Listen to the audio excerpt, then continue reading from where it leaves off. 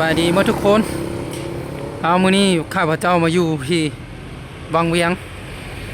แขวงเวียงจันทน์เนาะนี่เนาะก็เดินทางมาฮอดนี่เราอยู่ตลาดด้วงวิไลวังเวียงเนาะ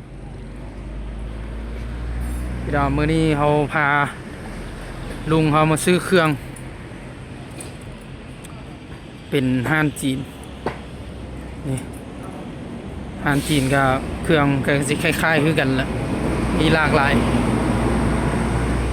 ให้เลือก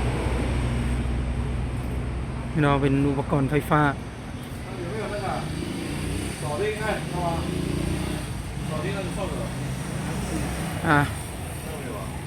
เอาคลิปนี้ก็สิเอามาฝากกันสั้นๆเนาะเอาขอบใจที่ว่าครับชมคลิปจนจบฝากกดไลค์กดแชร์กดติดตามเพื่อเป็นกำลังใจให้คลิปต่อไปนะขอบใจ